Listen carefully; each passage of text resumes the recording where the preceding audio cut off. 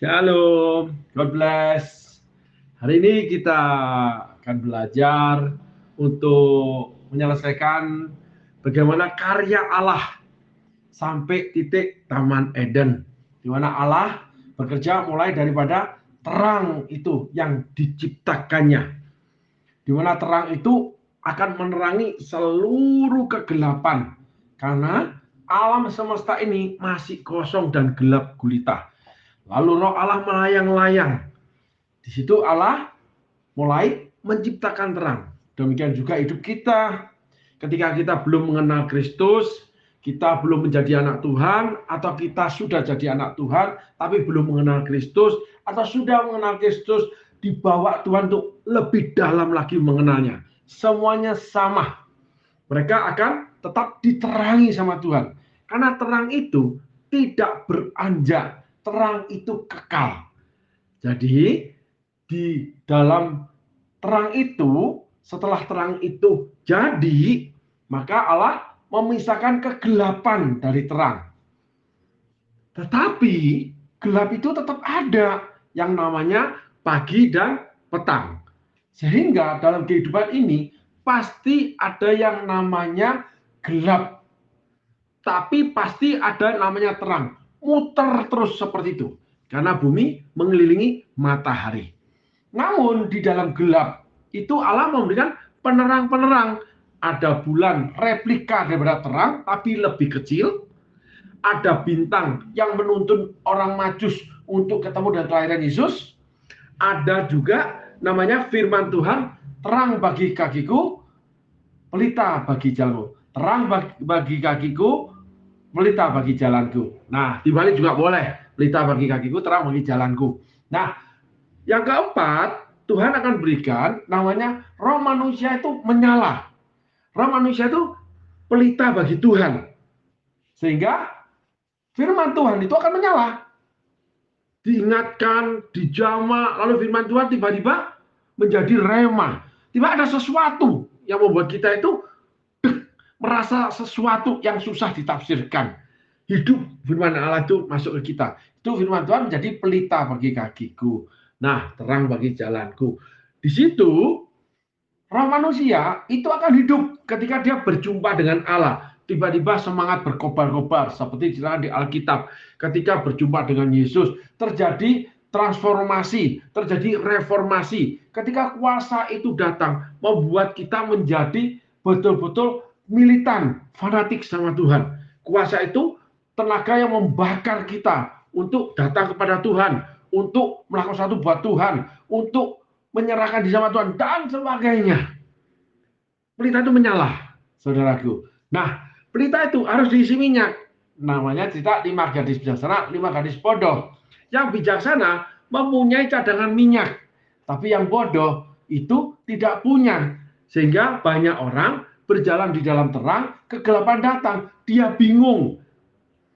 Dia nggak bisa pakai penerang-penerang itu, teristimewa rohnya nggak nyala.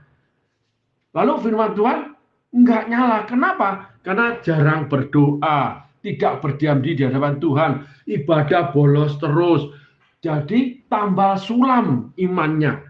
Ketika gelap itu datang, dia akan bingung, menabrak sana, menabrak sini. Karena tidak ada terang menuntun dia. Ketika bintang di langit ada, kita akan dituntun menuju kelahiran Tuhan Yesus seperti orang Majus. Kita akan dituntun oleh bintang itu, yaitu para hamba-hamba Tuhan, orang-orang dipakai Tuhan, anak-anak Tuhan, pelayan Tuhan, siapapun itu, menuntun kita kepada apa yang Tuhan Yesus sediakan, yaitu kelahiran Yesus, yaitu apa yang Tuhan sediakan buat kita. Nah, setelah itu adalah bulan. Bulan itu replika matahari. Bulan itu memancarkan sinarnya, tapi tidak seterang matahari. Namun, bulan itu akan memantulkan sinarnya apabila terkena namanya air. Ada danau, ada sungai, ada laut. Sehingga banyak makhluk hidup ada di sekitar sungai atau sekitar danau atau di pinggir laut ketika bulan bersinar. Di situ kita mendapatkan kehidupan. Tuhan akan tuntun kita apabila gelap datang. Gelap itu adalah ketika masalah, ketika tantangan, ketika ujian, ketika dicobai atau menghadapi cobaan. Nah, disitulah Allah menyediakan perangkat-perangkat pertolongan-pertolongan Dia. Namun, sebelum menemukan itu, kita akan diberikan namanya cakrawala, batas pandang kita, yang artinya batas kekuatan kita, batas kemampuan kita, batas talenta, batas karunia, batas pelayanan, batas pekerjaan, bahkan batas kekuatan fisik. Semua itu ada ukurannya, sehingga iman itu tidak boleh melebihi namanya batas cakrawala. Kita punya mata setajam apapun, ketika memandang ke langit kita cuma lihat biru. Padahal langit itu nggak ada yang namanya tutup warna biru. Tetapi kalau kita dari atas, kita melihat ke bawah, itu semakin lama semakin kecil. Apabila saudara naik pesawat, maka yang kelihatan cuma namanya awan, bahkan di atas awan itu kita tidak menemui apa-apa. Semuanya cuma sebatas mata mampu memandang. Artinya, sebatas apa yang saudara pandang bisa, itu yang saudara lakukan, maksimal saja. Selebihnya, itu adalah bagiannya Tuhan, menyediakan, di mana kita menemukan yang namanya Yesus dilahirkan, menemukan kehidupan, menemukan yang namanya firman Allah, menemukan bahwa kita menemukan Tuhan, bertemu hadiratnya, kuasanya, segala sesuatu yang Allah sediakan buat kita. Nah, setelah itu Tuhan akan menyediakan kita tempat yang dikatakan air berkumpul dengan air, lalu terjadilah ada namanya tanah atau daratan. Di mana daratan itu tempat kita mendarat. Setelah berjalannya waktu mengikut Tuhan, kita itu dituntun Tuhan. Dengan segala tadi yang dikatakan terang, gelap, cakrawala, dan penerang-penerang. Nah, setelah itu kita akan diberikan tempat, tanah atau daratan. Namun di dalam tanah daratan itu, Tuhan butuh waktu menyediakan segala sesuatu yang menunjangnya, yaitu segala binatang di air, segala hewan di udara, segala hewan yang ada di bumi yang mengeluarkan segala makhluk hidup. Sebelumnya, Tuhan menumbuhkan tunas muda, tumbuhan berbiji, pohon berbuah. Semuanya Tuhan sediakan. Sehingga ketika kita selesai dituntun Tuhan, kita selesai mendapatkan semuanya, termasuk cakrawala, termasuk kita yang namanya perangkat-perangkat pertolongan Allah, ada waktu jeda di mana Tuhan itu mempersiapkan segala sesuatu, di mana Tuhan akan pakai kita, Tuhan akan berkati kita, Tuhan akan berikan kita pekerjaan, Tuhan akan berikan jodoh, berikan tempat tinggal, berikan sekolah, dan sebagainya. Tuhan menyiapkan segala sesuatunya, sehingga ketika kita mendarat di tanah di daratan itu, seluruh perlengkapan penunjang kehidupan kita itu sudah siap, sudah disiapkan Tuhan, sehingga kita akan mengalami tidak berkekurangan, Allah yang menyediakan. Nah, di situ kita benar-benar harus namanya memilih yang namanya apa yang kita inginkan. Contoh kita makan, ada yang suka makan daging ayam, ada yang suka makan daging kambing, ada yang suka namanya tahu tempe, ada suka yang makan jengkol, ada yang tidak suka jengkol, tidak suka tahu tempe. Kita punya hak memilih karena demikian banyaknya kehidupan Tuhan berikan untuk menunjang kehidupan kita, itu saja.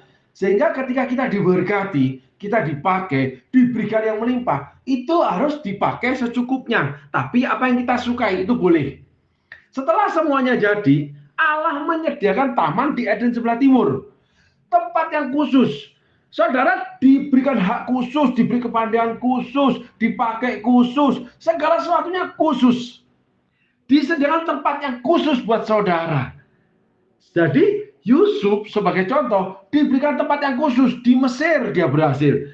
Musa diberikan tempat yang khusus di padang gurun menuju tanah Kanaan, di mana dia berhasil memimpin orang Israel 40 tahun menyelesaikan panggilan hidupnya. Demikianlah kita semua, ada tempat yang khusus, ada ruang khusus, panggilan khusus, profesi khusus, semuanya dikhususkan Allah untuk kita dengan namanya diberikan tempat yang dimana di seluruh daratan yang ada itu khusus buat kita. Seperti orang Israel masuk tanah perjanjian, dibagikan tanah di wilayah masing-masing dengan ukuran masing-masing sesuai ukuran Tuhan. Sehingga kita memiliki sesuatu yang berlimpah di tempat yang khusus. Nah, di tempat yang khusus itu Tuhan tumbuhkan pohon-pohon yang baik yang ada di bumi. Jadi kita ketika masuk di dalam panggilan hidup kita, Baik itu pelayanan, baik itu pekerjaan, baik itu rumah tangga, baik itu namanya sekolah, apapun itu, termasuk dimanapun saudara berada, apapun yang Anda miliki, di situ Allah akan memberikan kenikmatan duniawi, yaitu pohon-pohon yang baik di bumi, tapi yang baik saja, yang tidak baik tidak Allah sediakan. Saudara harus ingat ini, yang tidak baik tidak Allah sediakan. Ketika saudara sungguh-sungguh mengikut Tuhan, dipisahkan dari kegelapan, saudara diberi batasan, lalu saudara ditolong dengan 4 perangkat itu, saudara diberikan ruang di daratan di mana Allah sediakan segala sesuatunya, saudara akan dibawa Tuhan menempati suatu daerah kehidupan yang khusus. Dengan segala sesuatu di dalamnya khusus, orang yang khusus, semuanya khusus. Di situ Allah tempatkan saudara. Tetapi di situ saudara berhak mendapatkan kesukaan duniawi. Itu namanya diberkati Tuhan. Aku diberkati, aku dilimpahi. Sehingga tidak heran banyak orang percaya yang hidupnya mewah banget. Ada pelayan Tuhan yang diberkati Tuhan banget. Memang panggilannya dia seperti itu. Kita nggak usah melihat dengan mata yang salah, dengan pikiran yang salah. Karena memang Tuhan sediakan buat beliau-beliau. Karena memang tempat Taman Edennya di sana. Dengan segala sesuatu yang ada di sana. Termasuk ketika kita ditempatkan di tempat yang sederhana. Musa ditempatkan di padang gurun. Yusuf ditempatkan di Mesir. Musa melayani budak. Yusuf menjadi Perdana Menteri. Berbeda kasus, saudaraku. Berbeda panggilan. Namun, di dalam semua itu, Allah akan berikan kenikmatan duniawi. Segala pohon yang baik di bumi ditumbuhkan Allah di taman di Eden sebelah timur. Tapi yang buruk bukan dari Allah. Yang tidak baik bukan dari Allah. Yang tidak sehat bukan dari Allah. Semuanya bukan dari Allah. Rasul Paulus tulis bahwa segala makanan halal buat aku. Saya ulangi, segala makanan halal buat aku. Tetapi apabila makanan itu tidak membangun, kalau aku makan membuat orang lain tersandung, buat apa? Kalau kita makan, kita melakukan sesuatu merusak kesehatan, buat apa? Kalau kita melakukan sesuatu membuat saudara seiman kita yang sudah dimenangkan, yang sudah ikut Yesus, tersandung imannya, kita sudah berdosa terhadap tubuh Kristus. Kita sudah berdosa terhadap Tuhan. Itu yang ditulis Paulus. Sehingga ketika kita hidup di taman di Eden sebelah timur, kita harus bijaksana. Membangun diri lebih sehat, melayani lebih lagi, lebih dalam hubungan sama Tuhan, lebih memenangkan jiwa lebih banyak, bekerja lebih rajin, lalu di dalam rumah tangga lebih lagi melakukan fungsinya sebagai ayah, sebagai ibu, suami, istri, sebagai anak, dan sebagainya. Termasuk dalam kehidupan sebagai student, sebagai pelayan Tuhan, sebagai pekerja Tuhan, dan sebagainya. Di situ kita akan memaksimalkan diri. Tetapi ada 2 yang Allah perintahkan di taman di Eden sebelah timur. Yang pertama, itu adalah tugas kuasai dan kelola taman di Eden sebelah timur. Yang kedua, larangan. Sehingga di dalam kerajaan Allah itu ada aturan, ada tugas, ada larangan. Lalu ada yang namanya tempat yang disediakan. Ada yang namanya perjalanan dulu. Ada yang namanya menanti-nantikan Tuhan. Karena Tuhan sedang mempersiapkan. Nah, di sini adalah overall perjalanan kita mengikut Tuhan. Setelah itu, manusia diberikan nafas hidup Tuhan. Manusia diciptakan dari debu dan tanah. Manusia diciptakan itu makhluk yang paling lemah tapi paling pintar, paling berkuasa. Kenapa? Segala sesuatu di bumi, makan tanah tidak apa-apa. Kalau manusia bisa makan tanah nggak? Nggak bisa. Nah, di sini manusia terbatas. Ada batas. Tetapi manusia ada yang tidak terbatas pola pikirnya. Sehingga Allah punya kemampuan sebagai kreator. Menciptakan segala sesuatu. Ada menciptakan seni. Ada menciptakan namanya pengetahuan, ada menciptakan atom, ada menciptakan senjata, ada menciptakan nuklir, ada yang menciptakan yang namanya mobil, elektronik, lalu ada otomotif, dan sebagainya. Manusia punya kreasi yang luar biasa, yang makhluk yang lain ciptaan Allah tidak bisa melakukannya. Karena manusia ciptakan serupa dengan gambar Allah, yaitu sang kreator. Tetapi diambil dari debu dan tanah lalu dibentuk. Kitab Yeremia mengatakan seorang tukang periuk apabila dibentuk nggak sesuai kehendak daripada yang membentuknya, maka periuk itu akan dihancurkan dan dibuat ulang. Sehingga kita harus siap menerima kegagalan, menerima kekalahan. Oleh karena segala sesuatu entah salah entah tidak, tetapi kita punya hati legowo, rendah hati, siap menerimanya. Ketika kita berjalan itu nggak semuanya mulus, bisa gagal, bisa salah, bisa melakukan dosa. Tidak ada satu tokoh di Alkitab yang tidak melakukan kesalahan. Yosua pun melakukan kesalahan, Musa pun melakukan kesalahan, even juga Paulus, demikian juga Abraham, Daud, tokoh-tokoh Alkitab yang luar biasa, Elia, Elisa, mereka masing-masing punya kesalahan. Tetapi kesalahan itu tidak boleh menghentikan langkah kita untuk melangkah terus mengikuti Yesus. Setiap tokoh di Alkitab yang berhasil menyelesaikan panggilan hidupnya, mereka tetap mengikuti yang pertama, tuntunan Tuhan di dalam kehendak Tuhan yang sempurna. Yang kedua, mengikuti prosesnya sampai selesai. Sehingga apapun terjadi, kita terus berproses. Tuhan terus membangun kita. Ketika kita diberikan nafas kehidupan, itu kuasa Tuhan bekerja dalam kita. Manusia itu memberi nama pada setiap makhluk hidup. Berapa banyak makhluk hidup. Dan demikian makhluk hidup punya nama. Sehingga manusia itu diberikan hak kreator, berkreasi. Luar biasa, dengan daya ingitan luar biasa. Karena serupa dengan gambar Allah. Tetapi harus dari debu dan tanah. Lemah dia. Nah, di situ manusia dibekali Tuhan untuk mempertahankan diri dan sebagainya. Bukan kill or to be killed, atau yang namanya bertahan hidup. Tapi manusia punya memilih bagaimana dia menghidupi dirinya. Setelah itu, manusia diberikan tugas menguasai, mengelola hidupnya. Plus aturan apa yang nggak boleh dilakukan. Sehingga barisan anak-anak Allah, barisan namanya pelayan-pelayan Tuhan, barisan daripada pekerja-pekerja Tuhan, barisan dari para pahlawan Tuhan, termasuk umat Tuhan, itu rapi berjajar sesuai dengan panggilan masing-masing, yaitu kekayaan tubuh Kristus, di mana Allah menjadi kepalanya. Saudaraku, dan ini perjalanan kita ketika mengikuti Tuhan. Semuanya berjalan sama dengan namanya dasar-dasar Alkitabnya. Tetapi kita harus membangun hidup kita.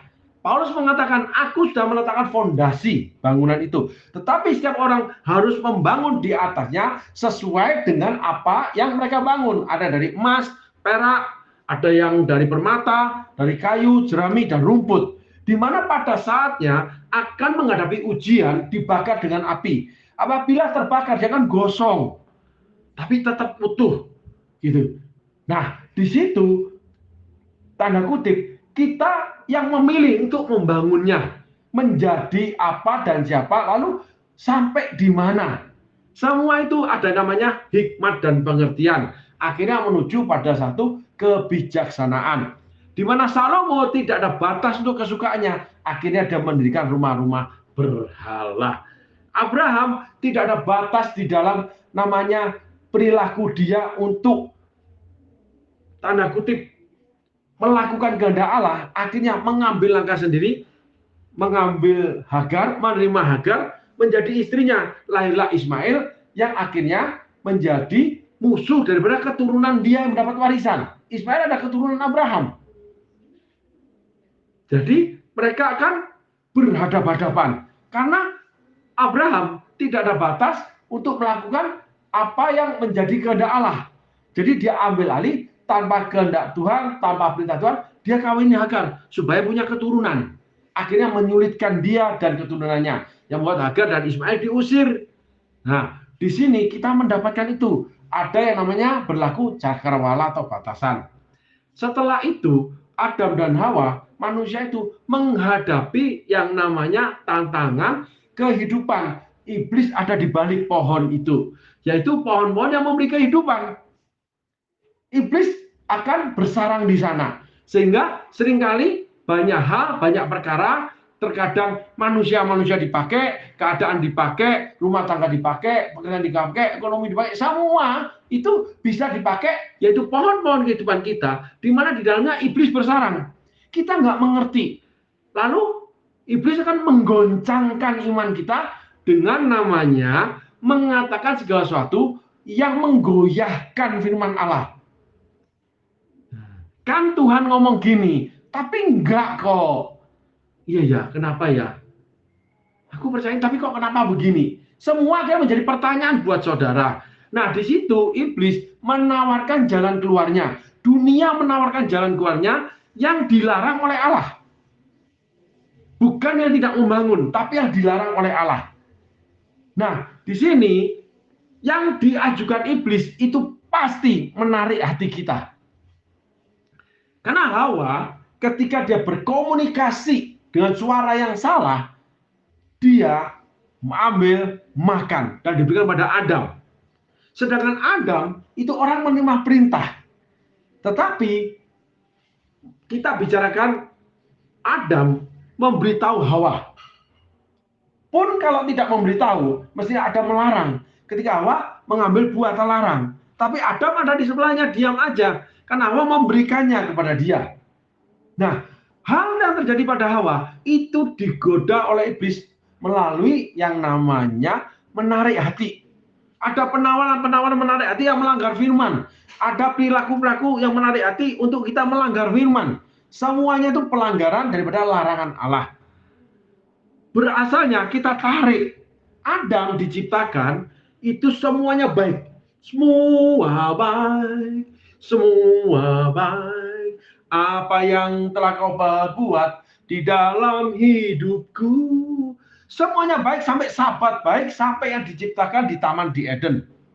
Allah mencipta semuanya. Tetapi asal muasalnya tidaklah baik manusia seorang diri saja. Diberikan penolong yang lain. Ingat, segala sesuatu yang ditambah-tambahkan Tuhan, itu yang sangat berbahaya menggoda kita.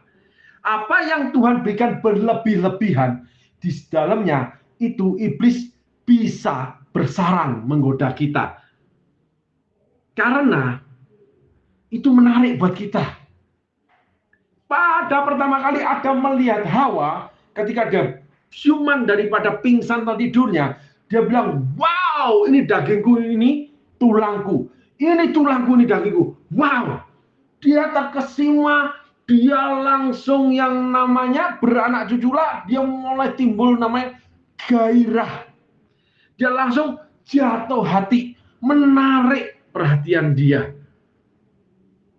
Gitu. Karena Hawa posturnya berbeda dengan Adam sebagai laki-laki. Allah laki-laki, Hawa melengkapi sebagai penolong yang sepadan. Nah, ketika Allah tambah-tambahkan untuk menolong kita, Allah menambah-nambahkan sesuatu yang untuk memperindah kita, yang berbeda dengan kita. Hati-hati, iblis bisa bersarang di sana. Itu yang menggoda kita dengan namanya kembarannya. Iblis akan mengatakan, iya memang sih kamu kaya, kamu diberikan Tuhan. Tapi apa? Buktinya, lihat. Anakmu begini. Lihat pelayananmu begini. Lihat situasi rumah tanggamu begini. Semuanya iblis akan namanya diperhadapkan kita dengan firman Allah, di mana maksud Allah dipelintir sama dia. Gitu. Nah, ini yang harus diwaspadai. Sehingga dibutuhkan kita strict, garis tegak lurus dengan firman Allah yang kita mengerti, di mana Roh Kudus akan menerangi. Walaupun kadang kita kurang mengerti, tetapi kita harus back to basic, kembali kepada yang ditulis oleh Alkitab, bercerita kisah Tuhan Yesus ketika dibawa naik ke atas gunung oleh iblis. Di mana Tuhan Yesus setelah menerima kepenuhan daripada Roh Allah, berupa burung merpati turun, lalu Allah berfirman, inilah anakku kasih, kepadanya lah aku berkenan. Tuhan Yesus dibawa oleh Roh Allah, diserahkan kepada iblis, dicobai oleh iblis, sehingga iblis pada waktu kedua kalinya dibawa pada hubungan baik Allah. Semuanya ditawarkan iblis, segala sesuatu yang menarik hati. Semua sebawah, saudara baca sendiri. Tetapi Tuhan Yesus setiap kali dicobai segala sesuatu yang menarik hati sebawah, Tuhan cuma bilang begini, ada tertulis. Kalau boleh saya bahasakan, sudah cukup aku hidup dari imanku. Sudah cukup aku hidup dari kejujuranku. Sudah cukup aku hidup dari apa yang aku punya. Sehingga aku nggak mau kompromi. Iblis menjajarkan firman Allah dengan apa yang dia pelesetkan maksud hati Allah. Coba saudara pelajari tentang bagaimana Adam dan Hawa jatuh dalam dosa. Di situ perkataan iblis mengangkat firman Tuhan. Demikian juga dengan Tuhan Yesus mengangkat firman Tuhan, ada tertulis. Tapi Tuhan Yesus bicara, ada tertulis juga. Sehingga kita harus back to basic, back to Bible. Kita pegang penuh, ngerti nggak ngerti, kita pegang dulu. Itu yang main tulisan, yang di Alkitab kita. Ketika Tuhan terangi, baru kita mengerti, kita berjalan. Tetapi di dalam perjalanan itu, pada titik tertentu, iblis kan goyahkan. Kalau itu hal-hal yang pada awalnya penambahan dari Allah. Contoh, kita awalnya orang sederhana, ikut Tuhan sungguh-sungguh, diberkati Tuhan, melimpah, jadi orang yang limpah berkat dan namanya, menjadi orang kaya. Ditambah-tambahkan Tuhan, tidaklah baik dia ini tidak kaya, aku akan perkaya dia. Mungkin karena saudara murah hati, suka menolong, saudara berdoa, tolong aku minta anakku sekolah negeri. Apapun yang kita inginkan, apabila selaras dengan hati Allah, selaras keinginan Allah, selaras dengan firman, Allah akan beri. Apabila kau tinggal di dalam aku, dan firmanku tinggal di dalam kamu, mintalah sesuatu, percayalah kamu sudah terima. Nah, Allah akan beri, ditambah-tambahkan. Tetapi ketika ditambah-tambahkan sesuatu yang lebih, tidaklah baik manusia seorang diri saja. Wow, inilah tulangku, inilah dagingku. Membuat kita kagum, menarik, dan kita menimbulkan rangsangan di dalam diri kita dengan namanya menikmatinya. Sehingga banyak orang kecebur yang pertama kali kompromi karena dia serakah. Dia ingin menambah-nambahkan sendiri. Seperti bangsa Israel minta makan daging dengan membandingkan ikut Allah di padang gurun dengan ketika mereka jadi budak di Mesir dengan namanya tipu muslihat. Ngomong yang nggak benar. Nah, iblis pakai itu semua. Nah, ketika kita menjadi serakah, iblis akan berdiam. Di mana serakah karena kita merasa kurang. Sehingga firman Tuhan tulis, cukupkanlah apa yang ada padamu. Kesusahan hari ini cukup untuk hari ini, esok punya kesusahan sendiri. Allahku kan memenuhi kebutuhanku menurut kekayaan dan kemuliaannya. Pertolonganku datang darimu, pegang tanganku jangan lepaskan, kaulah harapan dalam hidupku. Nah, itulah perjalanan namanya yang tertulis.